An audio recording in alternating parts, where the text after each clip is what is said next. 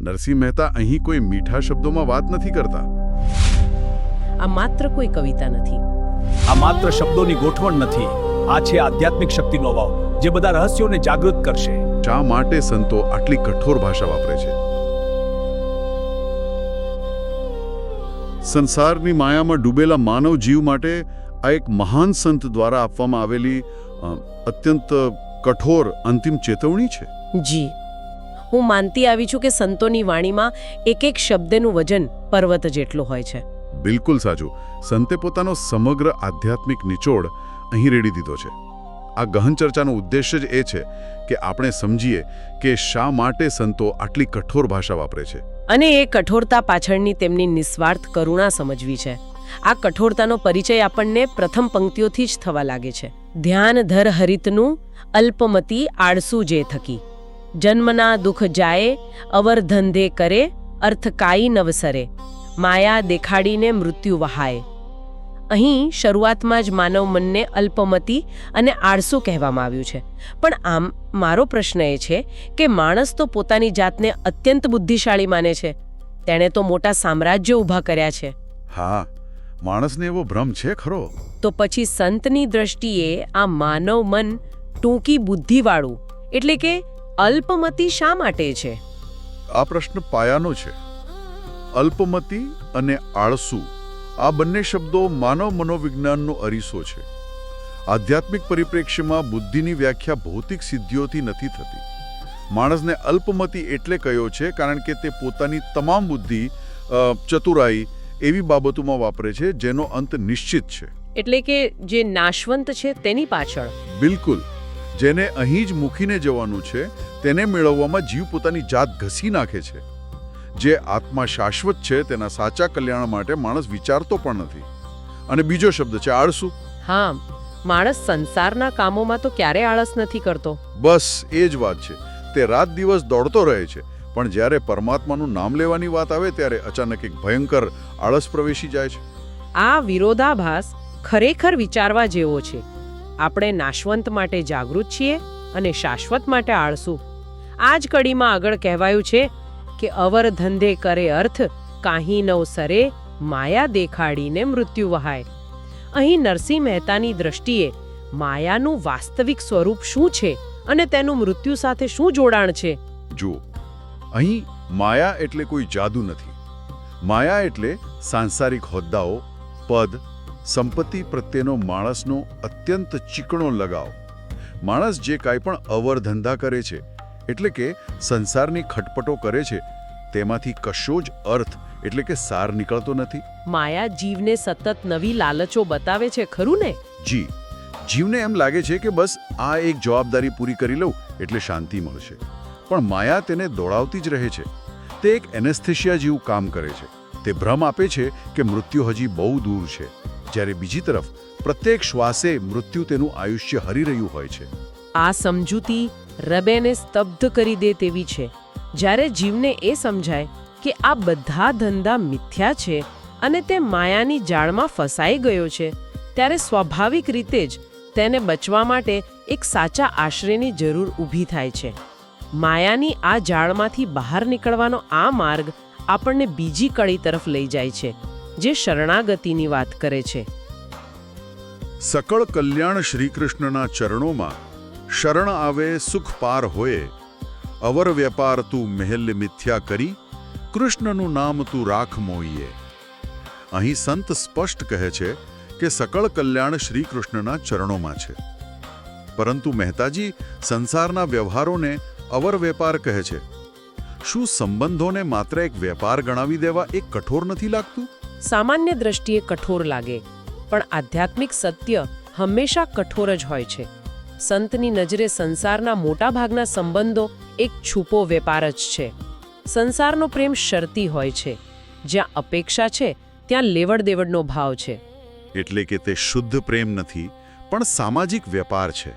બિલકુલ. અને નરસિંહ મહેતા એટલે જ કહે છે કે આ સંબંધોના વેપારને સંપૂર્ણપણે મિથ્યા માનીને તેને મેહેલ્ય એટલે કે તેનો મોહ છોડી દે. સાચું સુખ માત્ર પ્રભુના શરણમાં છે, કારણ કે તે બિનશરતી છે. સમજાયું. બધું જ મિથ્યા ગણીને કૃષ્ણનું નામ મુખમાં રાખવાની આ વાત છે. પરંતુ અહીં એક સ્વાભાવિક પ્રશ્ન થાય, જો ઉકેલ આટલો સ્પષ્ટ હોય તો મનુષ્ય આ સરળ માર્ગે કેમ ચાલી શકતો નથી? આ પ્રશ્ન આપણને ત્રીજી કડી તરફ લઈ જાય છે, જ્યાં અહંકાર અને ખોટી આશાઓ રૂપી અંતરાયની વાત છે. આ કાવ્યનો સૌથી મહત્વનો ભાગ છે. હું કડી વાંચું છું. ચોક્કસ, આ કડીમાં બહુ ઊંડો અર્થ છે.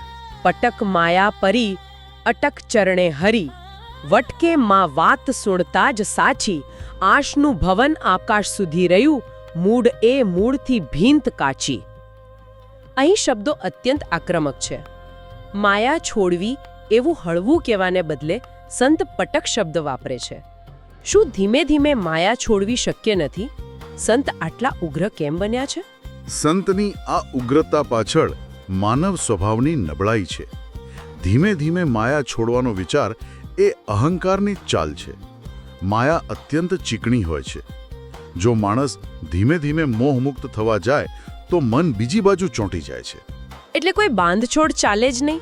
હા, જેમ હાથમાં સળગતો અંગારો આવે તો માણસ તેને ધીમે ધીમે નીચે નથી મૂકતો, તે એક ઝાટકે તેને પછાડી દે છે.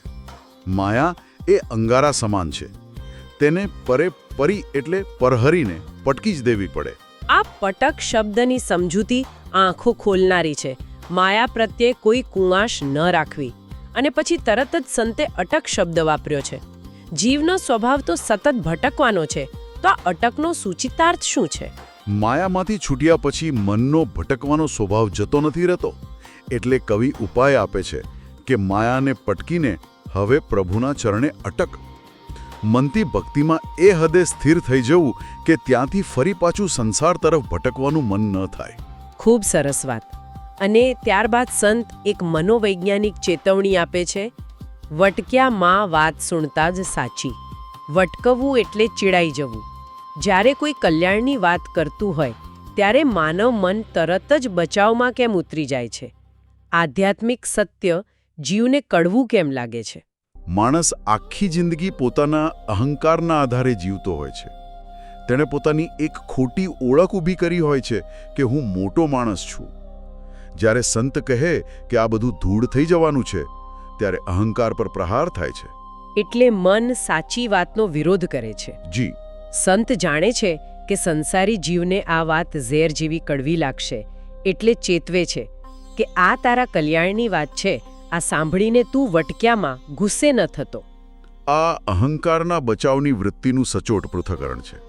અને ત્યારબાદની પંક્તિ તો સૌથી મોટો પ્રહાર છે. આશનું ભવન આકાશ સુધી રહ્યું, મૂળ એ મૂળથી ભીંત કાચી. માણસને સ્પષ્ટપણે મૂળ એટલે કે મૂર્ખ કહ્યો છે. બિલકુલ.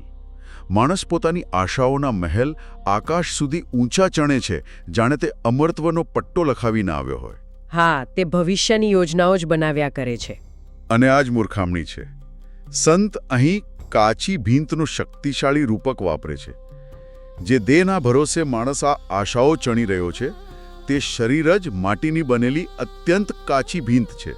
ગમે ત્યારે કાળનો પવન આવશે અને આ ભીંત ધસી પડશે. જો પાયો જ નાશવંત હોય તો આકાશ જેવડી યોજનાઓનો અર્થ જ શું છે? આ રૂપક અંદર સુધી ઉતરી જાય તેવું છે. જો શરીર રૂપી ભીંત કાચી હોય તો સમય ખૂબ ઓછો છે. અને આ જ સત્ય આપણને અંતિમ સોપાન તરફ દોરી જાય છે. વૃદ્ધાવસ્થા સામે ઊભી છે. આ ભયાનક વાસ્તવિકતા અને એક અંતિમ સુવર્ણ તકની વાત ચોથી કડીમાં છે. હું એ વાંચું છું. જી, આ અંતિમ કડી ખૂબ જ માર્મિક છે.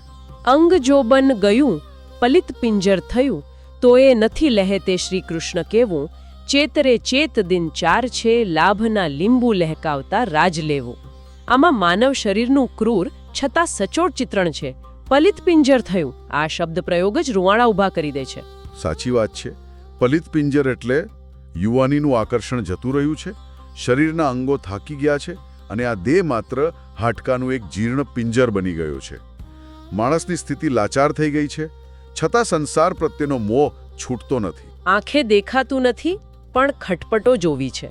હા, એટલે સંત પીડા સાથે પૂછે છે કે તોય નથી લહેતે શ્રી કૃષ્ણ કહેવું? તારી કાચી ભીંત કડળ ભૂસ થવાની તૈયારીમાં છે, છતાં તને પ્રભુનું નામ લેવાની સમજણ કેમ નથી પડતી?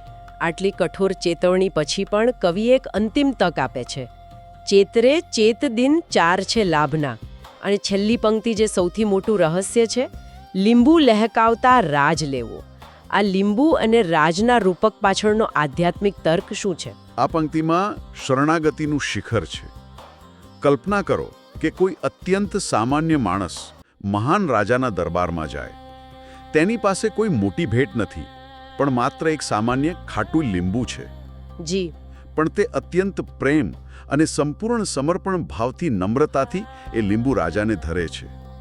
રાજાએ ભૌતિક કિંમત નથી જોતો, પણ તેનું સમર્પણ જોઈને આખું રાજ્ય આપી દે છે.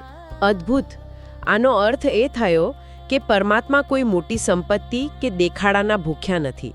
માનસ પાસે ભલે જીવનના માત્ર 4 દિવસ બચ્યા હોય, પણ આ અંતિમ સમયમાં જો તે સાચા હૃદયથી શુદ્ધ ભક્તિરૂપી લીંબુ અર્પણ કરે તો તેને મોક્ષનું સામ્રાજ્ય મળી શકે છે. બરાબર છે. સંસારનો વેપાર મિથ્યા છે, પણ પ્રભુ સાથેનો આ એવો દિવ્ય વેપાર છે જેમાં અંતિમ ક્ષણોમાં માત્ર એક લીંબુ જેટલી સાચી ભક્તિ અર્પણ કરો અને પરમાત્મા પોતાનું રાજ એટલે કે મુક્તિ આપી દે છે. આનાથી સહેલો સોદો બીજો કયો હોઈ શકે?